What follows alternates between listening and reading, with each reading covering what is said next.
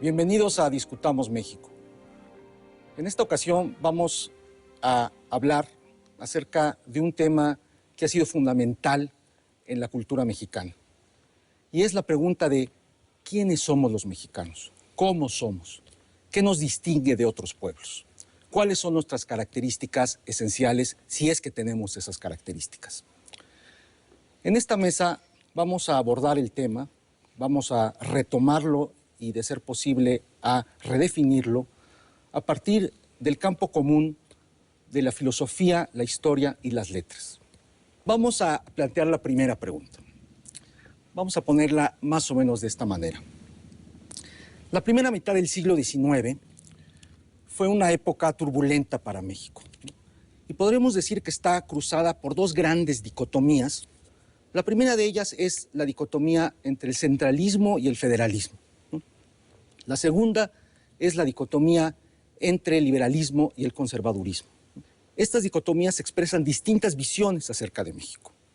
En el caso de la dicotomía entre el centralismo y el federalismo, lo que expresa es que a principios del siglo XIX, en los primeros años de la independencia nacional, no era claro que todos los mexicanos se sintieran como tales. El Estado Nacional mexicano todavía no acababa de conformarse, de consolidarse, y tal parece que tampoco había una identidad nacional que la sustentara. Por otra parte, la diferencia entre los liberales y los conservadores, diferencia política, también tiene detrás una visión ideológica sobre México. Para los liberales, México se origina desde antes de la conquista. Por eso podemos decir que México fue conquistado, que los mexicanos fueron conquistados y que luego tuvieron su liberación en la independencia. Para los conservadores, en cambio, México nace, se forja en el periodo colonial.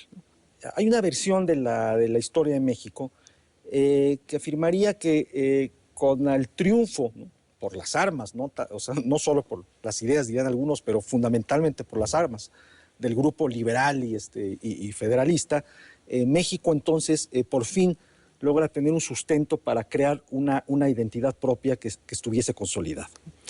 Entonces, después de la restauración de la República, encontramos esfuerzos desde los tres campos que nos ocupan para conformar una identidad nacional. Desde las letras, el proyecto de una literatura nacionalista, pensemos por ejemplo en la revista El Renacimiento, dirigida por Ignacio Manuel Altamirano, en la historia con México a través de los siglos de Vicente Riva Palacio, y en la filosofía y en la educación, pues con el proyecto de una educación impartida por el Estado, que fuese, como decía Justo Sierra, el Evangelio de la Nación, ¿no? ¿Qué piensan ustedes? ¿Creen ustedes, por ejemplo, que aquí sí hay de acuerdo con esta narrativa, hay una diferencia importante entre lo que sucede en México antes del 67 y después del 67? Seguimos este modelo de nacionalismo mexicano que se conforma en aquel momento, se prolonga hacia el 20. ¿Creen ustedes todavía que llega hasta nuestros días? Y quisiera preguntarle primero a Carlos. Sí, la perspectiva que acabas de dar es en buena medida la de Justo Sierra, que yo creo que es la que hereda de alguna manera Octavio Paz. Yo identifico tres obras fundamentales, tres momentos de congregación de intelectuales que llevan a esta definición. La primera, como bien señalas, es la revista El Renacimiento en el año de 1869, donde se plantea, más que una perspectiva nacionalista que la tiene, es una reconciliación después de las guerras, y una reconciliación que lleva y que propone fundar la República de las Letras. Un segundo momento, creo que es fundamental, es la edición de México a través de los siglos, que ya no solo plantea la reconciliación política, sino la reconciliación de la historia nacional. Es decir, él propone una historia nacional única, en la que ya están españoles e indígenas. Y un tercer momento que creo que es esencial y que es el que efectivamente pasa al siglo XX, es cuando Justo Sierra edita México, su evolución social, en el año de 1900-1902. ¿Por qué? Porque allí Justo Sierra lo que propone es que el sujeto de la historia nacional es el mestizo. Y esta tematización del mestizo, creo que la forma más acabada que adquiere en la época porfiriana es en la obra de Andrés Molina Enríquez. Los grandes problemas nacionales, tematiza el asunto del mestizaje y es el que dura buena parte del siglo XX. Tenemos entonces una idea del mexicano como el mestizo, una historia patria, nacional, tenemos un proyecto de reconciliación. ¿Qué opinas, Héctor, de este momento? A ver, vamos a ver, yo sí insistiría nuevamente en que creo que hay como dos grandes maneras de enfocar el tema de la identidad nacional. Una, la que tú has descrito acertadamente como liberal, que mira hacia el futuro, y otra que claramente intenta una reconciliación con un pasado, vamos a decirlo así, español, y además español de la contrarreforma, ¿no? El barroco como un rasgo esencial. Y creo que al final del siglo XIX, a pesar de estos intentos, en la práctica no acaba de haber esta aceptación de estos 3 siglos de historia en un nivel de un discurso, vamos a decirlo, oficial. Sin duda, ahí están los libros, ahí está México a través de los siglos. Pero lo que la gente va estudiando no es el pasado virreinal, no son esos 3 siglos, sino yo creo que seguimos con esta idea de que México comienza a partir de una independencia, ¿no? Y creo que esto ha hecho que haya una identidad, vamos a decirlo así, sumamente débil, ¿no? Al punto, cuando preparaba, yo pensaba un poco en este tema, bueno, hoy por hoy hay gente que no se siente mexicano, es decir, hay pueblos indígenas que afirman que son lacandones, por ejemplo, antes que mexicanos. Es decir, yo creo que estamos todavía muy lejos de habernos reconciliado con ese mosaico que somos. Y que no nos debe de extrañar. Somos un pueblo, un país muy, muy joven, ¿no? Tenemos 200 años. La Universidad de París y la Universidad de Oxford tienen más historia que México, yendo hasta, suponiendo que México comenzara con México Tenochtitlan, la Universidad de Oxford y la Universidad de París tienen más historia que nuestro país. Entonces, 200 años es relativamente muy poco tiempo, y en este sentido estamos todavía batallando en armar una red que permita articular toda esta serie de identidad, de subidentidades, ¿no? Y sin embargo, bueno, según el discurso liberal, el origen de México es el origen de la civilización mesoamericana, ¿no? Creo que por ahí hubo una exposición que se llama México Esplendor de no sé cuántos siglos. Así. Claro, pero se habla, pero es una exposición en la que la lengua oficial era el español, ¿no? Sí. Antiguamente se decía el castellano, ¿no? Es decir, no es el náhuatl, ¿no? Bueno, ¿qué piensa?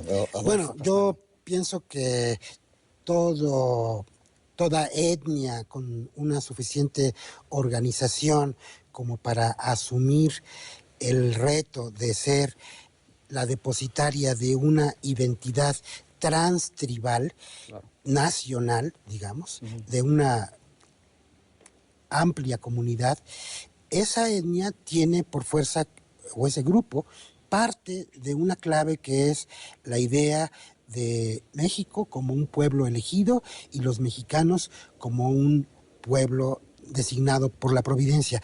Creo que esto es importante porque tiene que ver con la interiorización de discursos que justamente van afirmando la nacionalidad. Y creo que si por una parte los liberales en la época de la República Restaurada y después con Porfirio Díaz señalaron un camino, al mismo tiempo se fueron conservando vivos, activos, quizás a medio enterrar o quizás simplemente a ras de tierra, las otras tradiciones.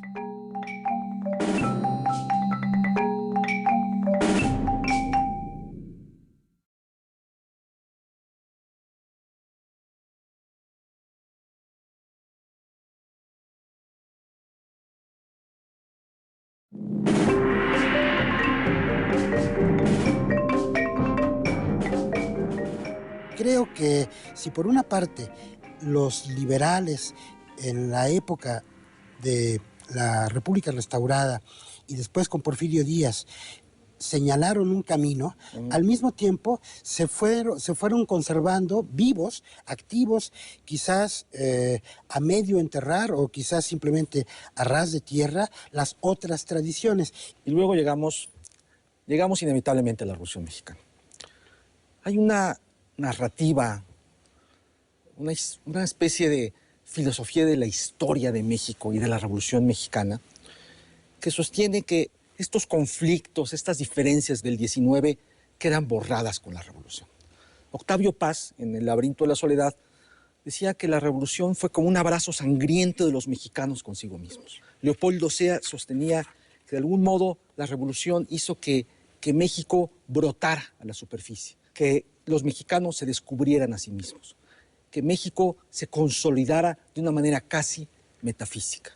Pero al mismo tiempo tenemos, después de la Revolución, un movimiento muy importante de política cultural, de política nacionalista, educativa, que va conformando también una idea de lo mexicano unificada, ¿no? Tenemos además el gran desarrollo de la cultura popular, del cine, del radio, esto ya es más adelante, ya es en los años 30, 40, ¿no? Y lo que se va generando es una especie como de arquetipo del mexicano, ¿no? Un arquetipo incluso que se exporta por medio del cine, del radio y también de la televisión, ¿no? Parecería entonces que ya la discusión acerca de qué es el mexicano ya no es una discusión conflictiva, sino que supone más bien investigación, ¿no? El mexicano se convierte casi en una especie natural, ¿no? Que hay que investigarla como se investiga a cualquier otra especie, ¿no? Está hecho y derecho el mexicano. Y yo quisiera saber qué piensan. A ver, Héctor, por ejemplo. A ver, vamos a ver. Yo creo que hay tres maneras de enfocar el tema de una identidad. La primera sería las identidades premodernas, en donde no se trata de una esencia, sino se trata de conglomerados, de señoríos, de diversidades que no están agrupadas bajo un Estado. Después está esta idea moderna, en donde la identidad se supone, como tú lo señalabas... El Estado-nación, ¿no? Pero no solo es eso, sino que comienza a tratar la identidad como si fuera un elemento, así como hay hierro o cobre, y entonces uno puede decir esto es hierro y esto es cobre, pues nosotros sacamos la identidad mexicana. Creo que esto es una tentación típicamente de la modernidad, de poder decir existe este, no arquetipo, pero sí esta especie natural. Y después lo que asistimos hoy es a una explosión de este concepto de identidad y lo que podríamos llamar identidad posmoderna, sea lo que esto de la posmodernidad signifique, pero es cierto en donde estamos en un momento en que estas identidades monolíticas se están dispersando y tenemos que dar espacio a la diferencia. Ya no nos une el idioma, ya no nos une la raza, ya no nos unen ni los usos y costumbres, y sin embargo se supone que hay algo que nos une, ¿no? Creo que la Revolución Mexicana se encuentra a caballo entre un intento de identidad premoderna y de identidad moderna. A mí me gusta decir que más que una revolución, lo comentábamos en algún momento con nosotros, más que una revolución es un conjunto de revoluciones. Yo creo que el éxito de los gobiernos post-revolucionarios de estas políticas culturales es haber dotado, gracias sobre todo a la plástica, incluso más que la narrativa, hacer que la revolución fuese algo. Yo siempre cuento que mi abuelo fue revolucionario y como buen revolucionario se refería a Villa, con quien había combatido muy joven, y a Zapata como robavacas, porque claro, él era obregonista, él era la revolución, mientras que los otros eran unos cuatreros. El que podamos enterrar y a todos ellos, a todos estos señores que se dedicaron a matarse, a luchar, y en donde los programas son distintos en el mismo monumento, es una construcción posterior que le debemos a un mito fundacional que es la revolución y que es una maravillosa construcción, yo no sé qué tan verdadera, pero en todo caso muy importante, que me parece que a mí siempre me recuerda a la Eneida de Virgilio, ¿no? Como diciendo, bueno, estos somos Roma, pues nosotros somos estos hijos de la revolución, así con mayúscula. ¿Qué piensas, Saúl? Bueno, yo no puedo oír el nombre de Virgilio sin evocar el nombre de Alfonso Reyes. Y Alfonso Reyes publicó en los años 30 un poema que evoca precisamente toda esta temática, que es el poema maravilloso Hierbas del Tarahumara, donde por una parte se nos hace ver que el indígena que está en la sierra de Chihuahua no necesariamente comparte los valores de la nacionalidad, pero por otra parte también se hace ver que el entorno en el que están que rodea a estos indígenas, sí lo comparte, y sí comparte, digamos, esta ecuación que nos lleva del paisaje al país, al pacto social. Y creo que esa ecuación es una ecuación que precisamente se puso a prueba y salió, digamos, galvanizada en el desenlace de la Revolución Mexicana. Por una parte, gracias a la instrumentación coreográfica o iconográfica que bien ha dicho Héctor de los muralistas, pero no solo eso, también gracias a la literatura, al testimonio. En la literatura de la Revolución Mexicana yo diría que hay varios ingredientes. Hay por una parte el ingrediente testimonial del señor que va a la bola y da constancia de ello. Pero también están aquellos otros, como Martín Luis Guzmán, que dejan una constancia literaria elaborada de cómo era aquel personaje que trasciende los límites de la ciudad real para entrar en el horizonte del mito, como puede ser Francisco Villa. Y creo que esta convivencia de distintos tipos de práctica literaria, artística, cinematográfica, como tú decías hace un momento, e incluso editorial, forman parte de los ingredientes que cocinan, que configuran este mito. No me gustaría, o esta realidad, no me gustaría dejar fuera la gesta editorial del vasconcelismo, que me parece también muy sintomática de las contradicciones, de los callejones sin salida y de los límites de este proyecto de evangelización laica, que es el de la alfabetización. Y creo que todo este conjunto, al mismo tiempo que es un síntoma del tema de la identidad, es también un camino para poderla interrogar en forma crítica en un momento como el actual, del año 2010, donde tenemos que ver hacia atrás para ver lo más profundamente hacia adelante. Exactamente. Carlos, ¿qué piensas? Bueno, yo considero que las identidades, más que construcciones metafísicas, son construcciones históricas.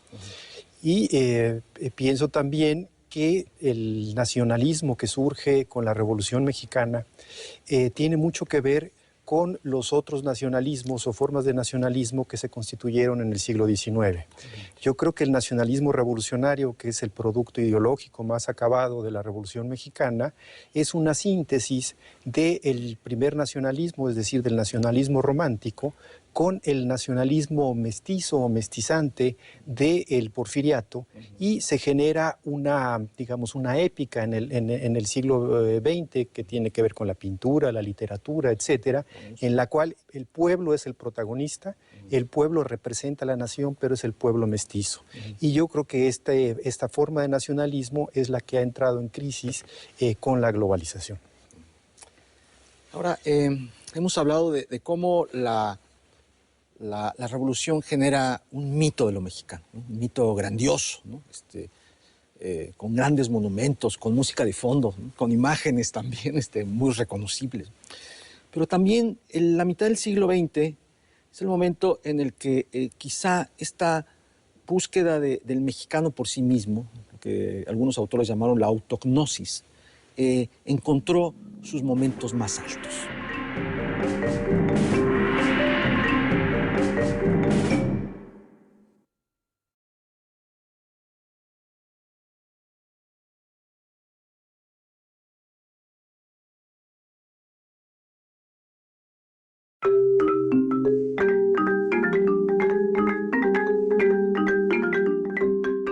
La revolución genera un mito de lo mexicano, ¿no? Un mito grandioso, ¿no? Con grandes monumentos, con música de fondo, ¿no? Con imágenes también muy reconocibles. Pero también en la mitad del siglo XX Es el momento en el que quizá esta búsqueda del mexicano por sí mismo, lo que algunos autores llamaron la autognosis, encontró sus momentos más altos. Me voy a referir a 3 obras fundamentales de este movimiento de conocimiento, de autoconocimiento del mexicano. Uno es el Laberinto de la Soledad de Octavio Paz. El segundo sería El perfil del hombre y la cultura en México de Samuel Ramos. Y el tercero, bueno, es un texto más metafísico, filosófico, es el análisis del ser del mexicano de Uranga. Para Ramos, el mexicano padece una suerte de sentimiento de inferioridad. Para Paz, una soledad, pero una soledad profundísima, ¿no? O sea, casi ¿no? metafísica. Para Uranga, el mexicano padece de lo que llama una accidentalidad. 3 análisis distintos, pero 3 análisis que comparten algo, ¿no? Y es la idea de que la clave del mexicano está escondida, está oculta, hay que sacarla, ¿no? Tenemos que desenterrar el verdadero ser del mexicano. ¿Qué piensas, Adolfo, sobre este tipo de análisis, sobre estas obras fundamentales, ¿no? Bueno, pienso que es muy difícil leerlas hoy, en el año de 2010, como textos, llamémoslo científicos o reales, o que están desentrañando cosas que sucedieron y que están sucediendo, porque la tentación es más bien tratar de leerlos como construcciones imaginarias, leerlos como literatura. Pero creo que es muy importante ponerlos en contexto. Entonces, para mí, primero, hablar de la revolución es estar deslindando que lo que sucedió en México entre 1910 y 1917, 21, cuando queramos concluirla, no fue una serie de revueltas, de motines, de movimientos violentos inconexos, sino que fue un conjunto sincrónico de movimientos armados, que podemos llamar revoluciones, que dan como resultado un grado cero, un momento cero en el cual toda la sociedad está de acuerdo en que vamos a arrancar a construir el país. Y creo que esa es la conciencia de la que bajan el mayor Samuel Ramos, que de hecho ya estaba muy metido en ese tipo de preocupación desde, digamos, desde los tiempos del Ateneo, que fue de los jóvenes, y creo que es a partir de ahí donde es importante retomar la discusión. A mí el tema de la importancia de la historia de México en este contexto me parece fundamental. Creo que la generación de 1915, con Daniel Cosío Villegas, Manuel Gómez Morín y todos ellos, los que estuvieron alrededor, son unas personas muy preocupadas por asimilar, por cuadricular, por clasificar, por desmenuzar cada uno de los elementos que constituyen la historia mexicana. Sí. Y creo que independientemente de los atributos que se van a derivar en un discurso filosófico, el saldo para mí es que a lo largo de todo el siglo XX hay un gran despertar, una gran afirmación, una gran consolidación colectiva, socializada, no nada más entre los profesores, los especialistas, de lo que es el patrimonio histórico mexicano, y creo que en ese contexto interesarse por la historia mexicana es, en cierto modo, una prenda de identidad.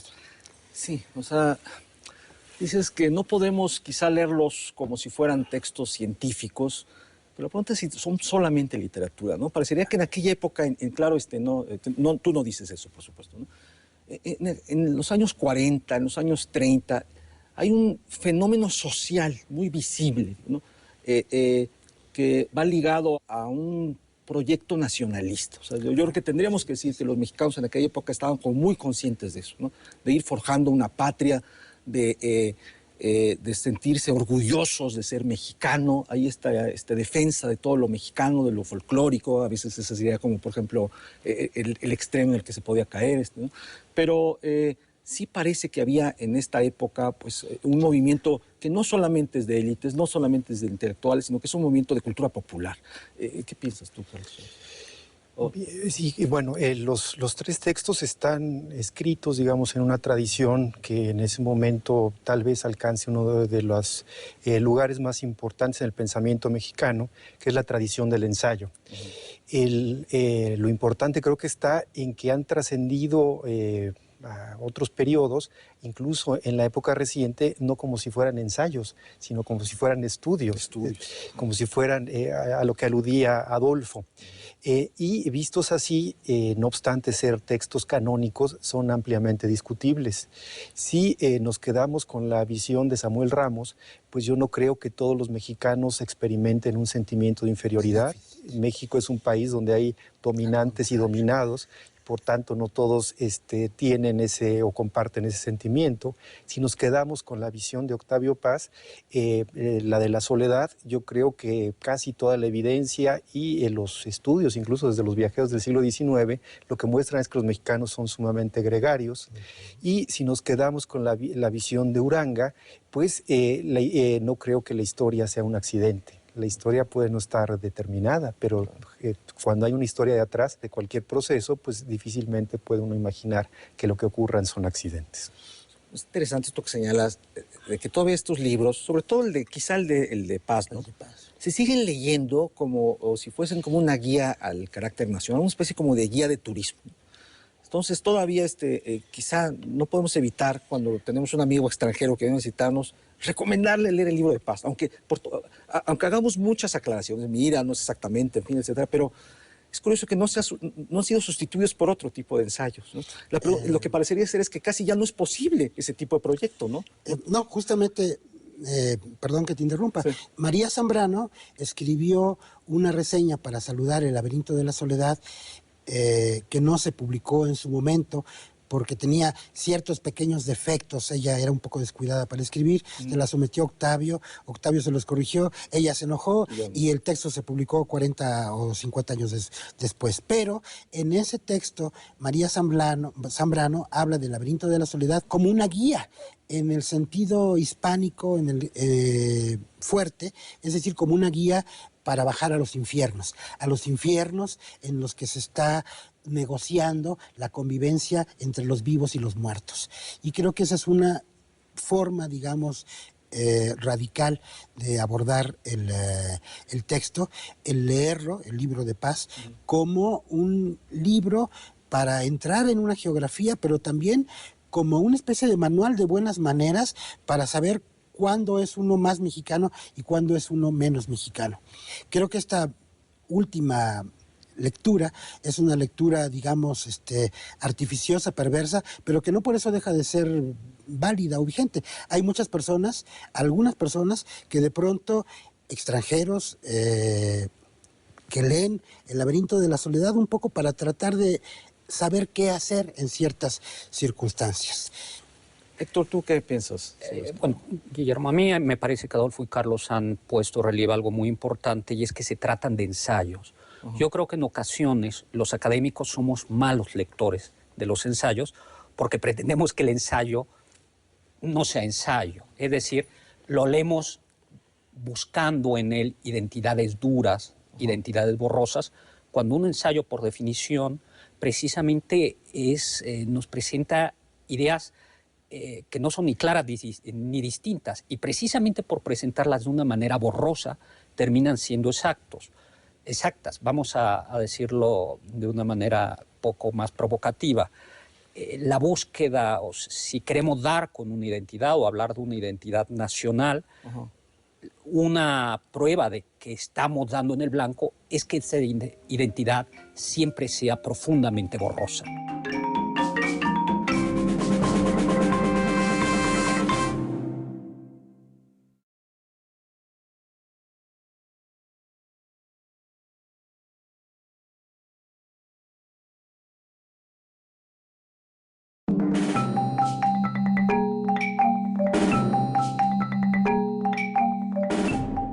La búsqueda, o si queremos dar con una identidad o hablar de una identidad nacional, una prueba de que estamos dando en el blanco es que esa identidad siempre sea profundamente borrosa, precisamente porque no es una identidad dura como sí lo puede ser la del hierro, la de la de un elemento químico, ¿no? En este sentido, creo que la validez de estos, el que todavía se sigan vendiendo, la gente lo sigue leyendo, y además de alguna manera describe todavía aspectos de actualidad de estos ensayos, quiere decir que aciertan y que a lo mejor el lector de la calle, que no le exige una exactitud que no tiene por qué tener, es un lector adecuado. Yo sí insistiría mucho en esto, ¿no? Identidades borrosas, ¿no? Quizá el núcleo, hay un núcleo duro en donde aparecerán rasgos como, me parece sin duda, la gastronomía, el modo como comemos, el modo como hablamos, ¿no? Yo creo que son usos que sí revelan una identidad dura y que se reflejan, se ponen de manifiesto por contraste con otras identidades. Pero fuera de eso hay un aspecto de frontera muy grande, ¿no? Cuando uno va a Chiapas, es decir, ¿dónde comienza México y dónde comienza Guatemala, ¿no?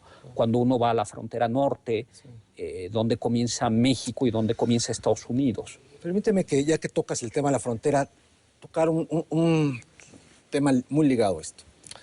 El filósofo Baruch Spinoza decía que toda determinación es negación. Octavio Paz decía que los mexicanos, el mexicano mestizo, se define por negación. Dice, no quiere ser español, no quiere ser indio, ni indio. ¿No? Pero otra negación, quizá más importante, ¿no? En la que coinciden todos los mexicanos, criollos, indígenas, ricos, pobres, del sureste, del norte, es que los mexicanos no somos norteamericanos, no somos yanquis. Y esto es algo, sobre todo, que lo hacen notar los propios norteamericanos. Cuando uno llega a Estados Unidos, ¿no? No importa de dónde venga, inmediatamente se le hace notar que él es un mexicano. Y curiosamente, este otro, ¿no? Con mayúscula casi para nosotros, que es el norteamericano, ha sido determinante para muchos de los estudios sobre México más importantes. Vasconcelos cuenta cómo su infancia en Eagle Pass fue determinante para su autoconciencia como mexicano. Octavio Paz, que estuvo también en la infancia en Los Ángeles, lo menciona Carlos Fuentes, ¿no? Entonces parecería que la diferencia entre México y Estados Unidos ha sido fundamental también para ir conformando una identidad nacional. O sea, no solamente una identidad nacional que es producto de un proyecto político, de un proyecto ideológico, nacionalista, revolucionario, sino también ese enfrentamiento, a veces diario, en el que millones y millones de mexicanos padecen todos los días. ¿Qué opinas, Adolfo, sobre eso? Bueno, creo que es muy importante tener en cuenta el hecho de que hay muchos mexicanos que viven del otro lado de la frontera y que de una manera u otra siguen conservando sus datos duros de cotidianidad, su forma de comer, de hablar, de relacionarse, y en ese sentido es muy importante el estar al corriente del discurso de los mexicanos del otro lado. En ese sentido creo que es muy importante escuchar las voces de escritores como un Richard Rodríguez, que en su libro Days of Obligation, o el otro, Hunger of Memory, nos habla de las disyuntivas que tiene el mexicano que está del otro lado, donde ya de alguna manera todas las instituciones que son la coartada dura de la identidad de este lado, allá se han desvanecido y ellos continúan de todos modos haciendo la práctica de su propia comunidad. Y dejo, digamos, este punto con una idea de Richard Rodríguez que me parece muy interesante. Los mexicanos normalmente aquí en México pensamos que México es masculino y él propone que México sea femenino y que se deriven las consecuencias. Héctor. Bueno, yo creo que habría que distinguir inmediatamente entre ciudadanía e identidad, ¿no? Puede haber ciudadanos norteamericanos con una identidad mexicana, vamos a decirlo así. Creo que es este roce, esta relación de amor-odio, porque ellos nos hacen notar que no somos norteamericanos, nos piden visa y electrifican la frontera, por si nos quedaba alguna duda. Pero por otro lado, digamos, siempre hay una cierta aspiración en México hacia lo norteamericano. Claro, ¿no? ha sido el modelo, perdón, ¿no? de nuestro Claro. modelo de modernización. Claro, ¿no? porque es el modelo moderno, ¿no? Yo me acuerdo un amigo nuestro, su hijo le dijeron, ¿dónde quieres ir a estudiar? ¿A Europa o a Estados Unidos? Y entonces él dijo, quiero ir a Estados Unidos porque quiero ir al futuro.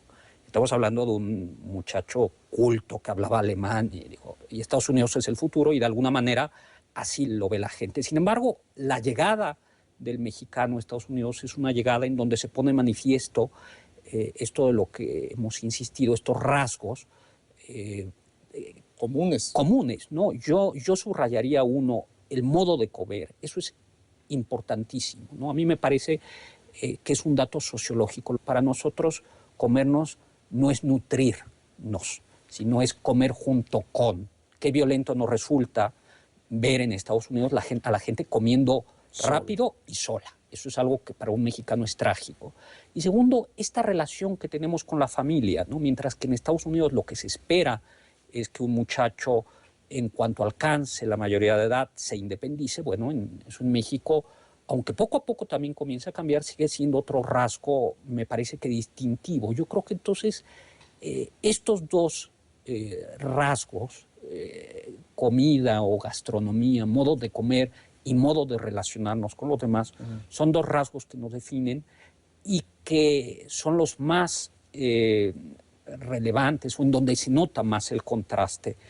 Como lo prueba que la primera generación de mexicanos, estos son los dos puntos en los que no acaban de incluirse en Estados Unidos y que preocupa tanto a los norteamericanos como para hacer políticas de integración. Claro. El lenguaje sería una cosa importante, ¿no? También, sí, aunque el lenguaje tiene algunas cosas muy curiosas. Por ejemplo, yo iba a poner el lenguaje y es donde comienza a darse esto de las identidades postmodernas, ¿no?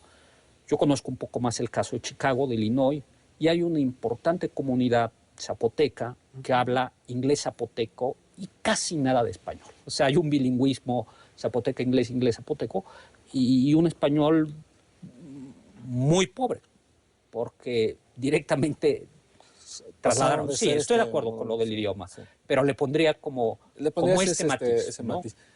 Carlos, ¿tú qué piensas? Yo pienso que esto ha ido cambiando. Es hasta antes de la guerra del 47, la oposición básica era contra lo español. Después de la guerra de 1847 es contra lo estadounidense. Y de la globalización para acá, pues lo que tenemos es que esta línea de demarcación se ha suavizado bastante. Es decir, yo creo que sigue como elemento de oposición fundamental la religión. Es decir, el mexicano no tiene empatía con el protestante, pero por otro lado una profunda admiración por sus instituciones políticas y por su vida material. Y yo creo que eso se ha vuelto fundamental en estos años. Es más, creo que la antipatía ha ido menguando considerablemente. Nos estamos acercando cada vez más a los Estados Unidos, y desgraciadamente nos acercamos cada vez más al final. Les voy a pedir un breve resumen con esta pregunta provocadora. No hay esencia de lo mexicano. El mexicano puede ir cambiando con el tiempo. Lo que fue el mexicano hace 100 años quizás será algo distinto dentro de 200.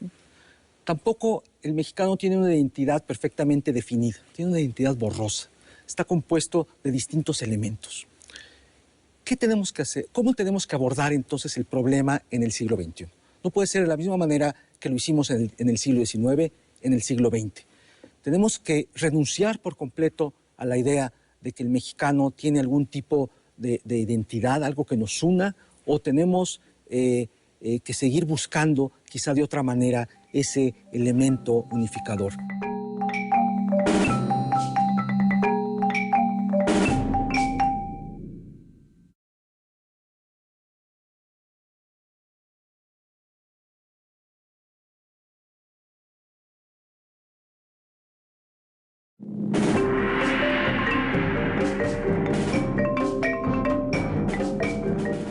¿Cómo tenemos que abordar entonces el problema en el siglo XXI?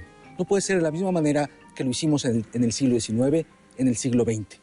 Tenemos que renunciar por completo a la idea de que el mexicano tiene algún tipo de identidad, algo que nos una, o tenemos que que seguir buscando quizá de otra manera ese elemento unificador. Y sobre todo, ¿qué papel puede jugar la democracia, el diálogo democrático dentro de este proceso? Bueno, yo pienso que hay que estar cerca de los textos y que los textos en los que están asentadas precisamente los códigos y las cifras de la identidad, El laberinto de la soledad, El análisis del ser mexicano, los libros de Uranga, pero antes los textos de Justo Sierra, los textos de Lizardi, necesitan ser leídos con una mirada fresca como parte del pacto del presente y del pacto del porvenir. Y creo que esto tiene que ver con encontrar un equilibrio.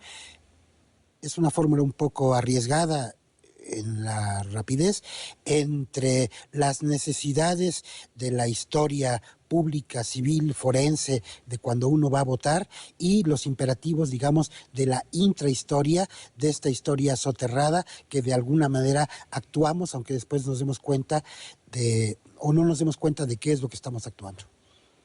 Sí. Yo creo que lo que estamos viviendo es la crisis del nacionalismo revolucionario, que es un nacionalismo mestizo.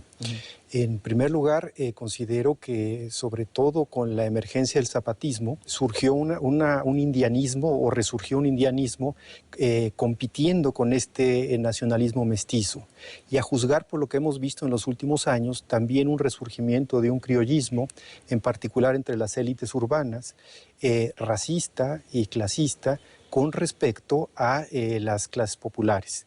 Yo considero que si hemos de sacar algún beneficio en la democracia de esto, sería reconstruir una imagen, una identidad de lo nacional que incorporara lo diverso y que le diera un valor justo a la diferencia. Por otra parte, me parece que eso es fundamental en la medida en que el nacionalismo bajo distintas figuras está resurgiendo en todo el mundo, en los Estados Unidos, en Europa del Este, en fin, en distintos espacios.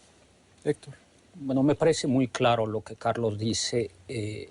Estamos presenciando la crisis de este mito fundador del nacionalismo postrevolucionario, y estando en crisis esta red que mantenía unido estas pequeñas subidentidades, estamos presenciando una dispersión.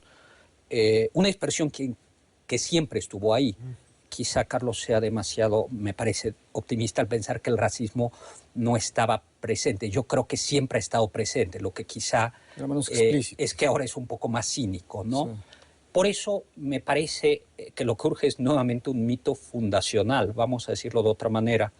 Lo importante, sin duda, es entender del 16 de septiembre del 2010 para atrás, pero me parece que la fecha importante es el 17 de septiembre del 2010. Es decir, ¿qué vamos a hacer hacia adelante? ¿No? Que es una idea muy antigua, es una idea de Aristóteles. Dice, lo que le da coherencia a la polis es fundamentalmente una finalidad, ¿no? Una finalidad y una legalidad. Entonces, en la medida en que tengamos una meta común y una legalidad, en esa misma medida podemos unificar esto. Y en este sentido también me sumo a otra idea que apuntaba ya Carlos y también Adolfo, y es el tema de la democracia, ¿no? Está claro que una identidad mexicana tendrá que reconstruir estas diversas subidentidades, pero desde un punto de vista o apuntando hacia una convivencia democrática que vaya más allá de los esquemas modernos. Los aniversarios son momentos siempre para reflexionar sobre qué es lo que hemos hecho en el pasado, dónde estamos parados en el presente y hacia dónde queremos ir en el futuro. Esto vale para las personas, cuando uno cumple años, normalmente se hace este tipo de preguntas, pero también para las naciones. Cumplimos 200 años de vida independiente y es un momento para que nos planteemos esta pregunta. ¿Quiénes somos los mexicanos? ¿Qué tenemos en común? Esta es una pregunta fundamental para saber a dónde queremos ir. Todos juntos, no de manera individual, sino como una colectividad que comparte valores, ideales y aspiraciones. Pero para lograr esto, tendremos que hacerlo, como lo hicimos en esta ocasión, discutiendo.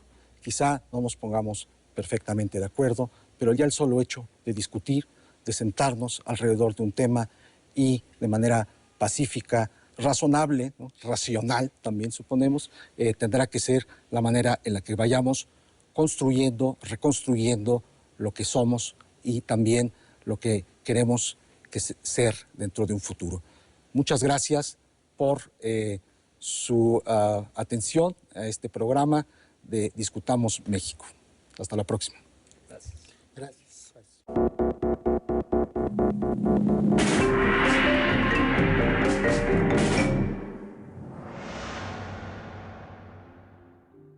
A principios de los 70, el presidente Luis Echeverría comentaba la famosa frase de Alberdi, gobernar es poblar. La problemática demográfica ha cambiado tremendamente en un espacio de tiempo relativamente corto. El gobierno de la República, después de ser durante décadas poblacionista, decide dar un giro a la política de población.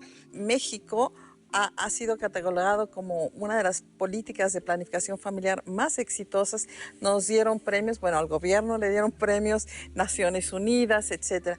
Ciertamente el crecimiento demográfico todavía es positivo, etcétera, etcétera, pero parece que ese ya no es el gran problema. Nada más por mencionar algo que, digamos, va a ocurrir en los próximos 40 años, la población de más de 65 años se va a multiplicar por 4.